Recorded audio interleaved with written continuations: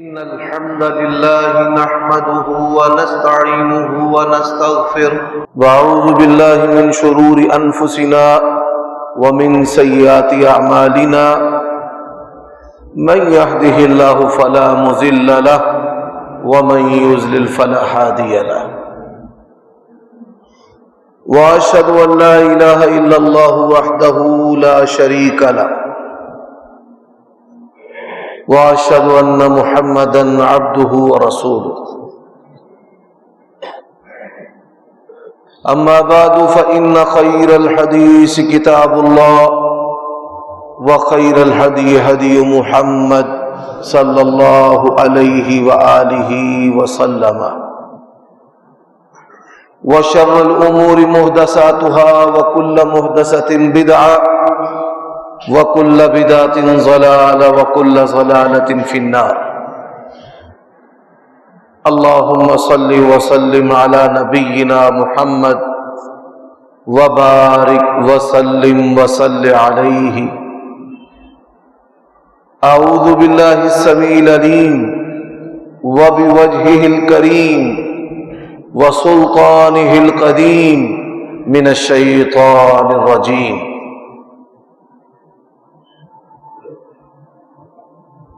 يا أيها النبي إنا أرسلناك شاهدا ومبشرا ونذيرا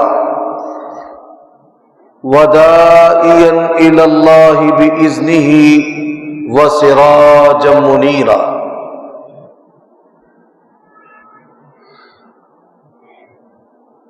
عیوب اور نقائص سے پاکیزہ تمام قسم کی حمد و ثنا اللہ وحدہ لا شریک لہ کے لیے، اور درود و سلام محسن انسانیت شفیع للمذنبین خاتم النبیین رسول کریم رؤوف الرحیم صلی اللہ علیہ وآلہ وسلم کی ذات اقدس پر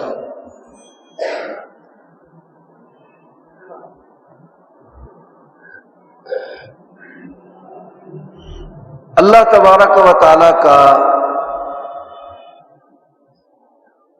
یہ سب سے بڑا احسان ہے کہ اس نے ہمیں رسول اللہ صلی اللہ علیہ وآلہ وسلم کا امتی بنایا ہے، اور دنیا کی کوئی نعمت اس کا مقابلہ نہیں کر سکتی۔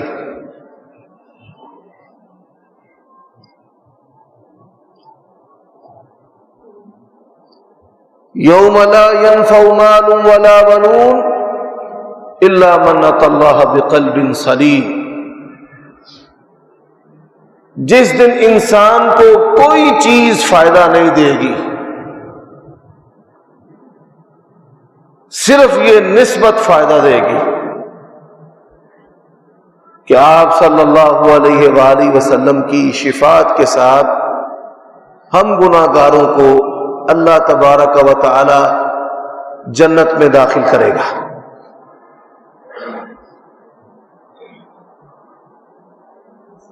دوسری بات،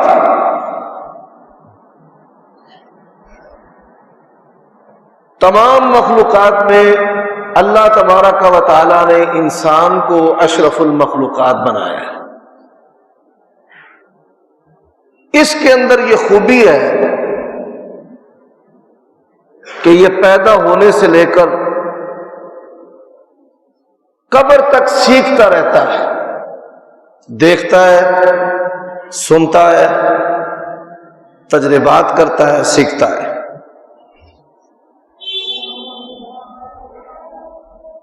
اللہ تبارک و تعالی نے انسانوں کو سکھانے کے لیے انسانوں میں سے پاکیزہ لوگوں کا انتخاب کیا ہے، جن کو اللہ کے نبی اور رسول کہا جاتا ہے۔ کوئی شخص خود نبی رسول نہیں بن سکتا، نبی اور رسول کا انتخاب صرف اللہ کرتا ہے۔ اللہ یصطفی من الملائکۃ رسلا ومن الناس. صرف انسانوں میں ہی اللہ نبی رسول کا انتخاب نہیں کرتا، بلکہ فرشتوں میں سے اپنے رسولوں کا انتخاب اللہ کرتا ہے. ان انبیاء اور رسول مقصد کیا ہے؟ انسانوں کو سکھانا. رسلا مبشرین و منذرین،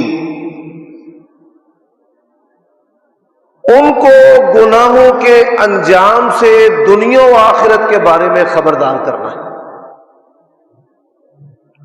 نیکی اور خیر اس کے فوائد بتانا، دنیا میں بھی اور آخرت میں بھی.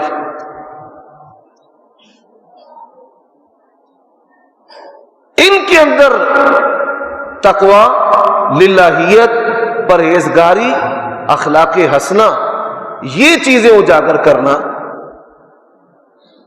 تاکہ مال، حسن، نسب کی وجہ سے انسانوں کے اندر تقسیم کی دراڑ نہ پڑ جائے.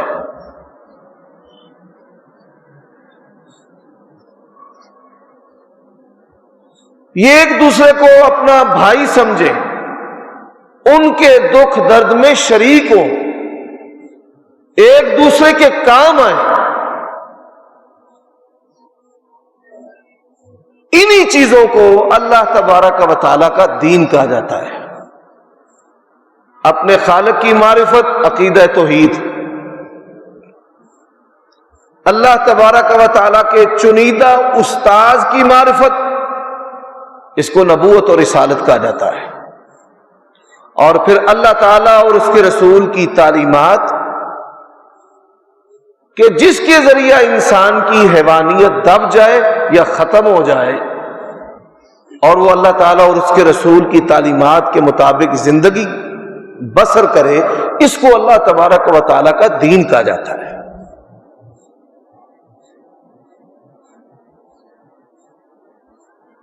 اللہ تبارک و تعالیٰ نے سب سے پہلے انسانوں میں سے حضرت آدم علیہ السلام کو پیدا کیا ہے،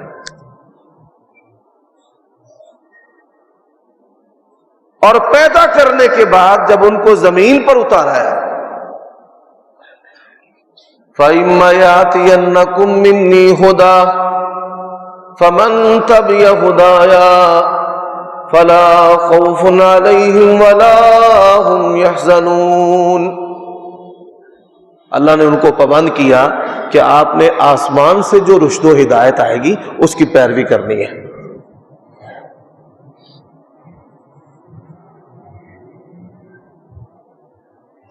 اور پھر انسانوں کی رہنمائی کے لیے پروردگار نے پے در پے انبیاء اور رسل بھیجے.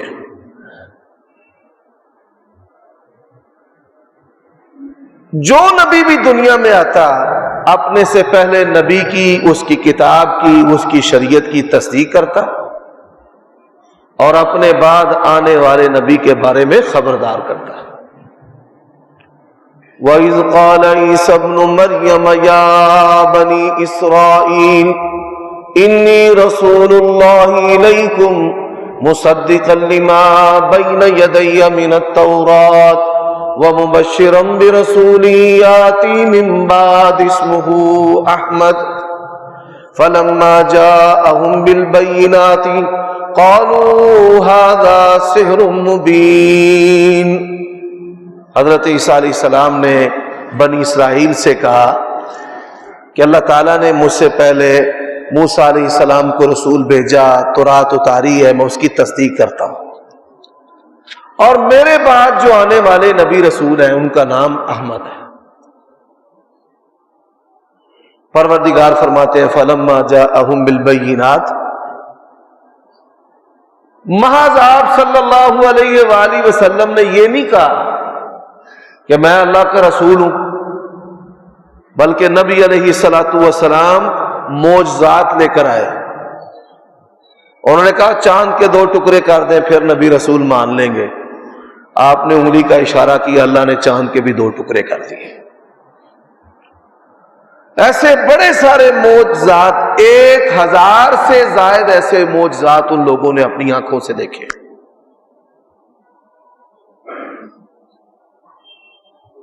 لیکن اس کے باوجود بھی انہوں نے بڑی ڈٹائی کے ساتھ رسول اللہ صلی اللہ علیہ وآلہ وسلم کا انکار کر دیا۔ حضرات، آپ یہ بات جانتے ہیں، انسان اپنے مزاج میں بڑا عجیب ہے۔ بعض ایسے بھی انسان نما جانور ہیں جو اپنے باپ کی نہ صرف گستاخی کرتے ہیں بلکہ اس کو قتل بھی کر دیتے ہیں، حالانکہ اللہ تبارک و تعالیٰ نے دنیا میں اس کو وجود دیا تو باپ کے ذریعہ دیا ہے۔ بعض لوگ ایسے بھی ہیں کہ جن کے ذریعہ ہم مسلمان ہیں ان کے ایمان کا انکار کر دیتے ہیں، جیسے صحابہ کرام کے ایمان کا لوگ انکار کرتے ہیں۔ بعض لوگ ایسے جنہوں نے نبی علیہ الصلوۃ والسلام کی نبوت اور رسالت کا انکار کیا، اور بعض لوگ اس سے بھی بڑھ کر ہیں جنہوں نے اللہ تبارک و تعالی کے وجود کا انکار کر دیا۔ اللہ نے دنیا میں اس کو آزادی دی ہے، لیکن ہر عقیدے اور فکر کی اور عمل کی اللہ تبارک و تعالیٰ کی بارگاہ میں باز پرس ہوگی، پوچھا جائے گا اور ہمیں جواب دینا پڑے گا۔ موجودہ دور کے فتنوں میں سے ایک فتنہ کہ بعض لوگ نبی علیہ الصلوۃ والسلام کو ایک عام انسان تصور کرتے ہیں کہ وہ ایک بادشاہ اور لیڈر گزرے ہیں، اور بعض لوگ ان کی مدح سرائی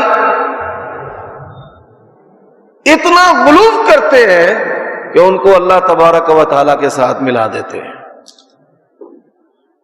رسول اللہ صلی اللہ علیہ وسلم نے فرمایا مجھے ایسے نہ بڑھانا جیسے عیسائیوں نے حضرت عیسیٰ علیہ الصلوۃ والسلام کو بڑھایا، ان کو بڑھا کر اللہ کا بیٹا بنا دیا۔ فرمایا انا عبد اللہ ورسولہ، میں اللہ کا بندہ اور اللہ کا رسول ہوں۔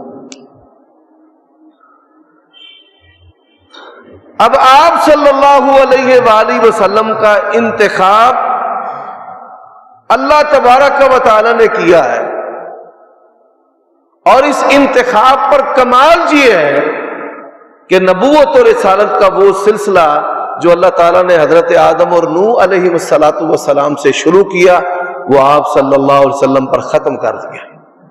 آپ کے بعد نہ کوئی نبی پیدا ہو سکتا ہے اور نہ کسی کو نبوت اور رسالت مل سکتی ہے۔ اب ہمارے وہ بچے جو سوشل میڈیا کا استعمال بہت زیادہ کرتے ہیں، ان میں سے کچھ لوگ ایسے بھی ہیں جو یہ سوچتے ہیں یا ان کے ذہنوں میں شیطان یہ خیال ڈالتا ہے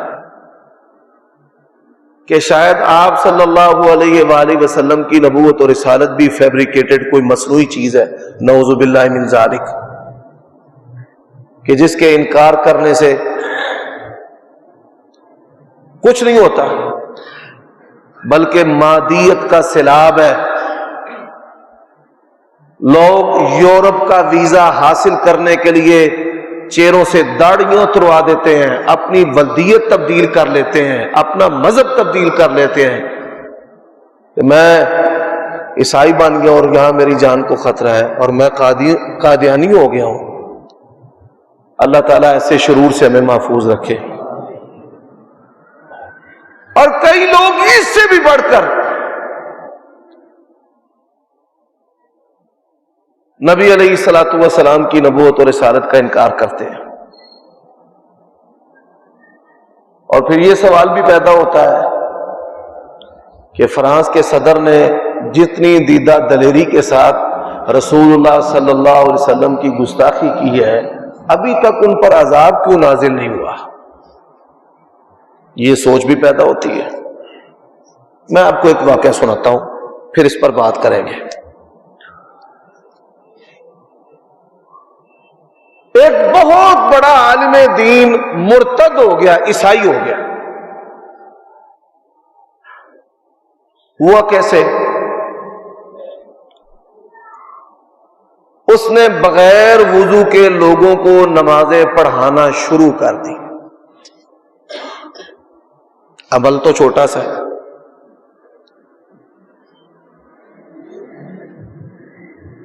پھر کچھ عرصہ کے بعد غسل جنابت اس پر فرض تھا، اس نے بغیر وضو کیا، بغیر غسل کے بھی نماز پڑھا دی۔ دنیا کے اندر سب سے بڑی جو امانت ہے وہ نبی علیہ الصلوۃ والسلام کے مصلی کی امانت ہے۔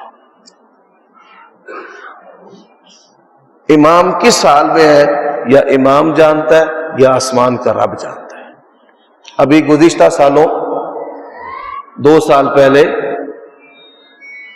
مکہ اور مدینہ، مسجد نبوی اور بیت اللہ کے اماموں میں سے سب سے زیادہ عمر رسیدہ اور بزرگ جو امام ہیں وہ شیخ حذیفی ہیں، مسجد نبوی کے امام ہیں۔ اللہ اکبر کہہ کر نماز شروع کی، وضو ٹوٹ گیا، کیمرہ ان پر فوکس ہے۔ جب وضو ٹوٹ گیا تو کیا کہا؟ انتظروا دقیقہ۔ پیچھے نائب امام کوئی نہیں تھا، بھائی کھڑے رہو، انتظار کرو۔ وضو کر کے آئے، پھر دوبارہ نماز پڑھانا شروع کی۔ اللہ تبارک و تعالیٰ ایویں بندوں کا انتخاب نہیں کرتا، ان کا اندر پاکیزہ ہوتا ہے۔ مولوی صاحب مرتد ہو گئے،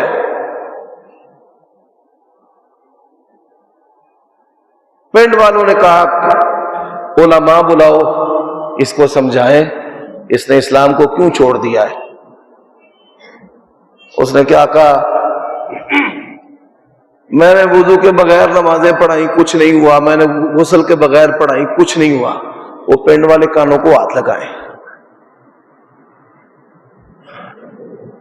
کچھ کیوں نہیں ہوا؟ تیرے اس عمل کی وجہ سے اللہ تبارک و تعالیٰ نے تیرے سینے سے ایمان کو سلب کر لیا ہے، تو اسے اسلام کی نعمت چھین لی ہے۔ یہ اللہ تبارک و تعالیٰ کا دنیا کے اندر عذاب ہے کہ اللہ تبارک و تعالیٰ نے اس عمل جرم کی وجہ سے اسے ایمان، نبی علیہ الصلوۃ والسلام کی محبت، قرآن کی محبت، دین کی محبت اچک لی، جا شتر بے مہار کی طرح۔ نولیہ ما تولی ونصلہ جہنم وساءت مصیرا۔ اللہ نے فرمایا بے لگام جانور کی طرح ہم چھوڑ دیتے ہیں، ٹکانا اس کا جہنم ہے۔ کیوں یہ لوگ نبی علیہ الصلوۃ والسلام کی گستاخیاں کرتے ہیں؟ آپ یہ بات سن کر حیران ہوں گے، پوری دنیا میں سب سے زیادہ جو زنا سے پیدا ہونے والی اولاد اور بچے ہیں ان میں فرانس کا پہلا نمبر ہے۔ شریعت اور نکاح کے بعد جو لوگ پیدا ہوتے ہیں وہ اس طرح کی بے باکیاں اور جرتیں نہیں کرتے، ان کے اندر اقدار ہوتی ہیں احکام کی، خواہ وہ یہودی ہیں، عیسائی ہیں، ان کا کسی بھی مذہب سے تعلق ہو، اور جو مادر پدر آزاد جانوروں کی طرح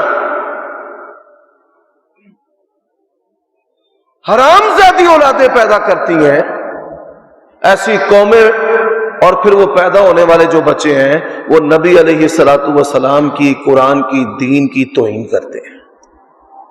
اور میں نہیں کہتا، قرآن مجید نے کہا ہے اتلم بعد ذلک زنیم۔ اس دور میں بھی نبی علیہ الصلوۃ والسلام کی گستاخیاں کرنے والا، قرآن نے اس کے بارے میں کہا یہ اپنے باپ کا نہیں ہے، یہ ماں کی غلطی کا نتیجہ ہے، زنا سے پیدا ہوا ہے، اور اللہ کی قسم ہے تب سے لے کر آج تک جو زبان بھی نبی علیہ الصلوۃ والسلام کے بارے میں کھلتی ہے، گند بولتی ہے، وہ بھی زنا کا نتیجہ ہے۔ یہ میرے رب کے فیصلے ہیں۔ حضرات، میرا اپنے کالجوں اور یونیورسٹیوں میں پڑھنے والے بچوں سے سوال ہے، یہ بتاؤ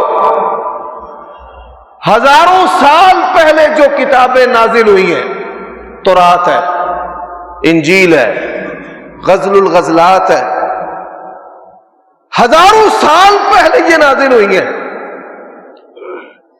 ان آسمانی کتابوں میں نبی علیہ الصلوۃ والسلام کا نام کیسے آ گیا؟ صرف آپ کا نام نہیں، مکے اور مدینے آپ کی پیدائش اور ہجرت کا نام کیسے آ گیا؟ اور نبی علیہ الصلوۃ والسلام، ان کی جماعت، ان کا نام کیسے آ گیا؟ اس حوالے سے میں چند باتیں عرض کرنا چاہتا ہوں۔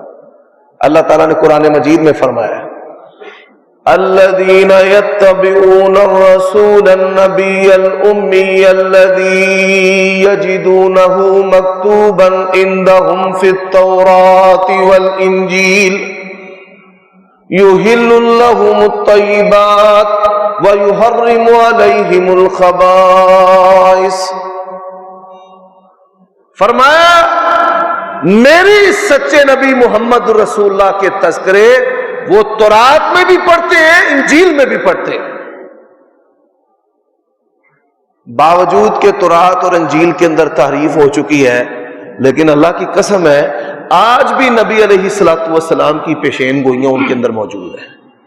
جو یہود و نصارہ عیسائی مسلمان ہوتے ہیں وہ ان پیشین گوئیوں کی وجہ سے مسلمان ہوتے ہیں۔ ایک یہودی کا بچہ بیمار ہو گیا، وہ بچہ نبی علیہ الصلوۃ والسلام کو نا کن اکھیوں سے دیکھتا تھا، دور کھڑے ہو کر دیکھنا ایسے کہ یہ مجھے نہ دیکھے اور میں ان کو دیکھوں۔ لیکن آپ صلی اللہ علیہ وآلہ وسلم تو اللہ کے نبی رسول، آپ کو تو پتہ ہے۔ وہ بیمار ہوا،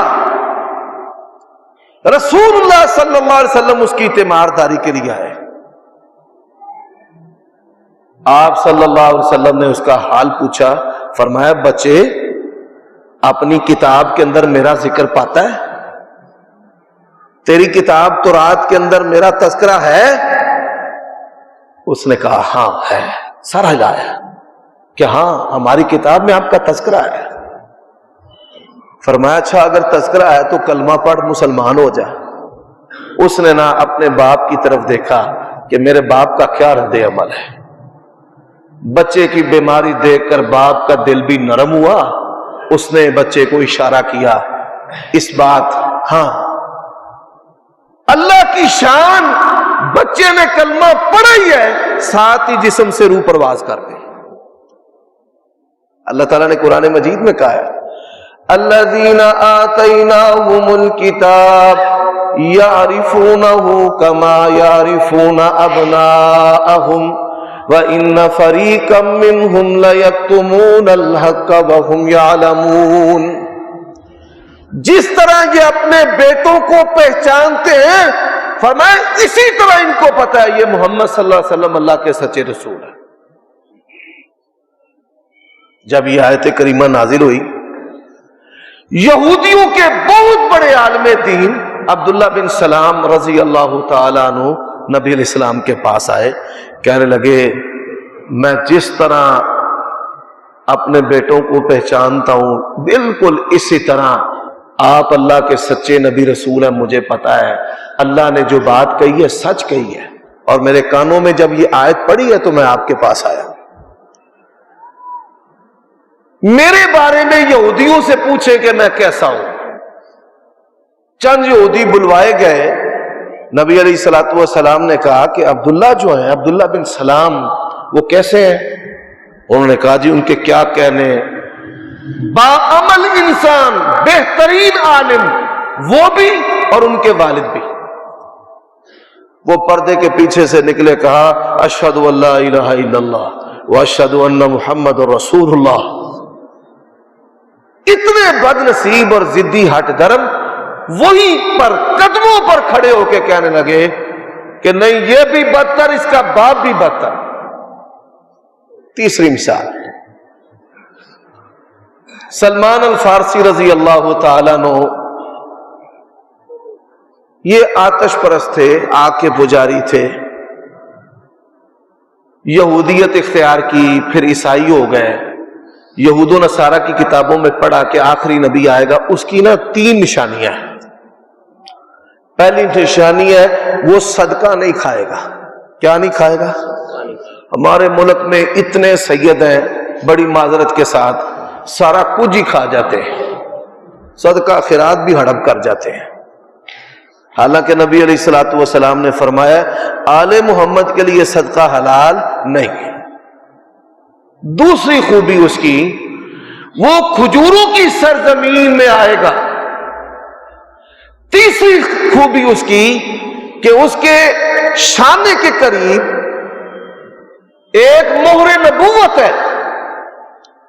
نبی علیہ الصلوۃ والسلام کی یہ جو مہر نبوت ہے یہ بڑی کمال والی چیز تھی۔ صحیح مسلم میں حدیث ہے، رسول اللہ صلی اللہ علیہ وسلم نے فرمایا کہ میرا پروردگار جب چاہتا ہے مجھے یہاں سے دکھاتا ہے، واللہ انی لاراکم من وراء ظہری، جس طرح میں اپنی ان آنکھوں کے ساتھ تمہیں دیکھتا ہوں اسی طرح اپنی پشت اور کمر سے بھی تمہیں دیکھتا ہوں۔ وہ نبی علیہ الصلوۃ والسلام وہاں سے دیکھتے تھے۔ وہ رسول اللہ صلی اللہ علیہ وسلم کے پاس آئے، یہ صدقہ ہے، آپ نے غریب صحابہ میں تقسیم کر دیا اور فرمایا میں صدقہ نہیں کھاتا۔ خوش ہوئے، چلے گئے۔ پہلی نشانی تو پوری ہو گئی، دوسری بھی کہ یثرب جو ہے یہ مدینہ، یہ کھجوروں کی سرزمین۔ پھر آئے، بیٹھے رہے، جانے لگے نا تو نبی علیہ الصلوۃ والسلام نے کہا سلمان ادھر آؤ۔ اب کہتے ہیں میں تو حیران ہو گیا کہ میرے نام کا ان کو کیسے پتا چل گیا۔ فرمایا تلک من انباء الغیب نوحیہا الیک، نبیوں رسولوں کو اللہ غیب کی خبریں بذریعہ وحی بتاتے ہیں۔ فرمایا ادھر آ، 2 نشانیاں تو نے دیکھ لی ہیں، اب تیسری بھی دیکھ لے۔ فرماتے ہیں نبی علیہ السلام نے اپنا گریبان کھولا اور اپنا کرتا پیچھے گرایا، فرمایا جو تو نے کتابوں میں پڑھا ہے نا میری نشانی، وہ ادھر آ کے دیکھ لے۔ اللہ کے بندو اب سنے قرآن، فرمایا محمد الرسول اللہ والذین معہ اشداء علی الکفار رحماء بینہم تراہم رکعا سجدا یبتغون فضلا من اللہ ورضوانا سیماہم فی وجوہہم من اثر السجود ذالک مثلہم فی التوراۃ ومثلہم فی الانجیل۔ فرمایا محمد صلی اللہ علیہ وسلم اور ان کے ساتھی، ان کے تذکرے تورات میں بھی اور ان کے تذکرے انجیل میں بھی۔ آپ کسی بھی عیسائی سے کہیں کہ وہ اپنی بائبل لے آئے، موجودہ جو بائبل ہے اردو کے اندر، اور جن کے قرب و جوار میں عیسائی لوگ رہتے ہیں، کام کرتے ہیں، گھر میں ملازم ہیں، اللہ کے لیے ان کا ضمیر آپ نے ایک دفعہ کھٹکھٹانا ضرور ہے، اور آپ نے یہ بھی چیک کرنا ہے کہ حافظ عمر صدیق کی جو بتائی ہوئی بات ہے وہ کتنی پیاری ہے، کہ جامعہ محمدیہ آپ کو کیا دے رہا ہے۔ اسے کہنا ہے کہ اپنی کتاب لے کر آ، وہ آپ کے پاس اپنی کتاب اللہ کی توفیق سے لے آئے، تو اس کے اندر ایک کتاب ہے جس کا نام غزل الغزلات ہے۔ غزل الغزلات فہرست کے اندر یہ کتاب موجود ہے، غزل الغزلات۔ حضرات اس کے دوسرے صفحے پر لکھا ہوا ہے وہ کوہ فران سے جلوہ گر ہوگا 10,000 قدسیوں کے ساتھ۔ اب ان سے 2 سوال کرنے ہیں کہ پوری روئے زمین پر یہ کوہ فران کدھر ہے؟ آپ یہ سن کر حیران ہوں گے پوری روئے زمین پر مکے کی پہاڑیوں کو صرف کوہ فاران کہا جاتا ہے. کس کی پہاڑیوں کو؟ مکہ کی پہاڑیوں کو. جب نبی علیہ الصلوۃ والسلام مکہ فتح مکہ کے موقع پر مکہ تشریف لائے تو آپ کے صحابہ کی تعداد کتنی تھی؟ بولیے 10,000. میرے رب نے کہا ہے صدق اللہ ورسولہ مثلہم فی التوراۃ. اللہ تبارک و تعالیٰ نے ان کے تذکرے تورات کے اندر بھی کیے. حافظ ابن کثیر رحمہ اللہ بعض ایسی روایات بھی لے کر آئے کہ جن روایات میں اہل کتاب کے مصورین نے صفات پڑھ کر نبی علیہ الصلوۃ والسلام اور صحابہ کرام کی صورتیں بنائی ہوئی تھی. ایک تصویر دکھائی، صحابی کہتے ہیں مجھے دکھائی کہ یہ دیکھ تصویر، جس نے نبوت کا دعویٰ کیا ہے یہ وہ ہے. میں نے کہا ہاں یہ تو وہی ہے. آپ لوگوں نے کیسے بنا لی؟ وہ اتنے ماہر تھے صفات پڑھ کر، یہ جیسے سکیچ بنانے والے ماہر ہوتے ہیں وہ سکیچ بنا لیتے ہیں. تھوڑی کیسی تھی، چہرہ کیسا تھا، بال کیسے تھے، ناک کیسا تھا، 3-4 چیزیں وہ سکیچ بنا لیتے ہیں. بھائی یہ تصویر ہے فلاں کی، فلاں مطلوب کی، دہشت گرد کی، دھماکہ کرنے والے کی، رکھنے والے کی. تو یہ اس قوم کے اندر خوبی تھی کہ نبی علیہ الصلوۃ والسلام کی صفات کے ذریعہ انہوں نے سکیچ بنایا ہوا تھا. وہ کہتے ہیں انہوں نے پھر ایک تصویر اور نکالی، کہا کہ یہ پڑھ،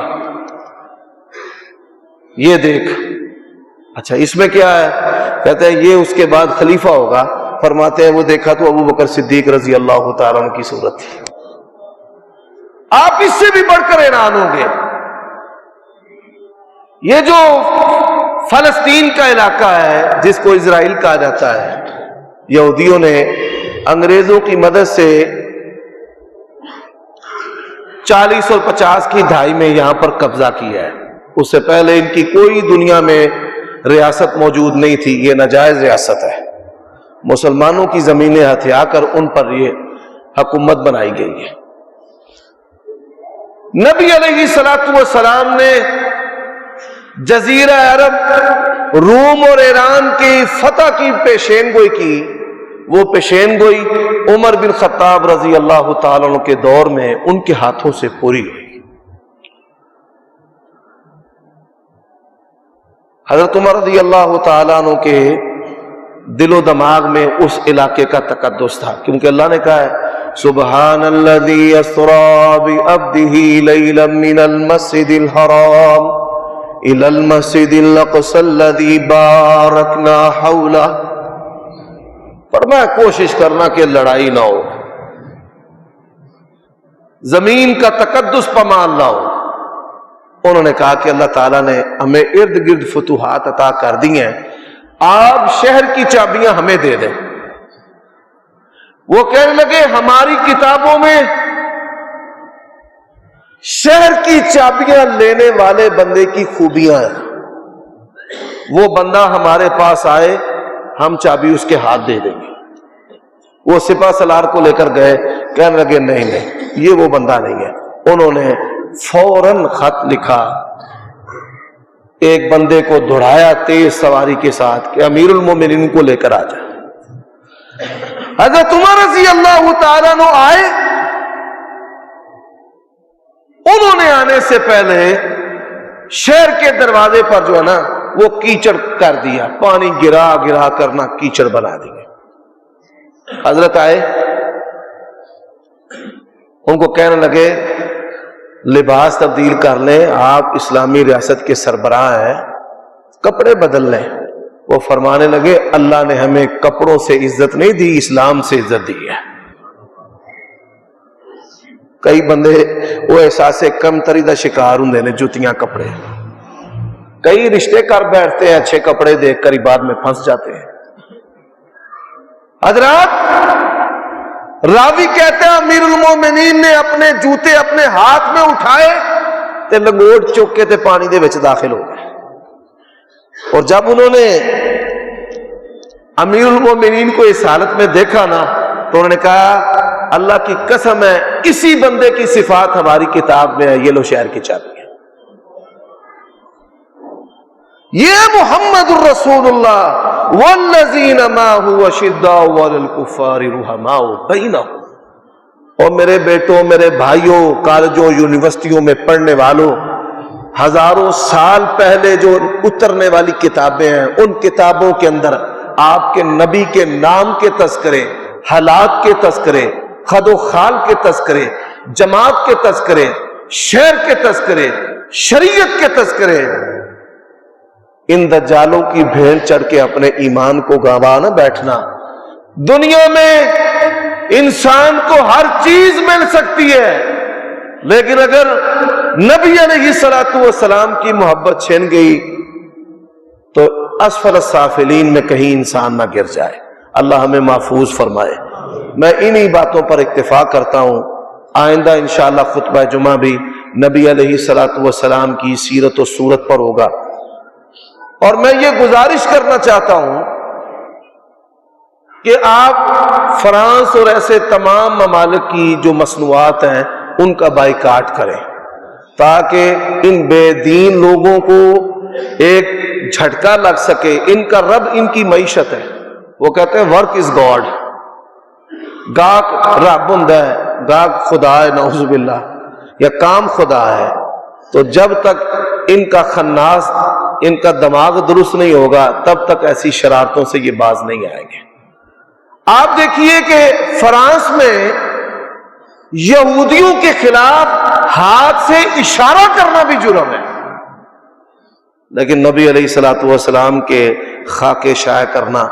اللہ تبارک و تعالی ان ظالموں کو اپنے عذاب میں پکڑے اور ان کو عبرت کا نشانہ بنائے. اور اللہ تعالی ہمارے حکمرانوں کو ہدایت نصیب فرمائے. یہ استعماری حکمران ہیں، ان کے چہرے نام مسلمانوں والے ہیں، اندر ان کا ظالموں جیسا ہے، ان جیسا ہی ہے. اللہ تعالیٰ ان کو نبی کی عزت پر، ناموس کے لیے حکومتی لیول پر مؤثر اقدام کرنے کی توفیق عطا فرمائے. اور ہماری ذمہ داری کیا ہے کہ ہم نبی علیہ الصلوۃ والسلام پر کثرت کے ساتھ درود پڑھیں. اللہم صلی علی محمد وعلی آل محمد. حافظ ابن قیم رحمہ اللہ نے درود پڑھنے کے 40 فوائد بتائے ہیں جلاء الافہام کے اندر، جن میں رزق کی برکت، گناہوں کی معافی، درجات کی بلندی اور دعاؤں کا قبول ہونا.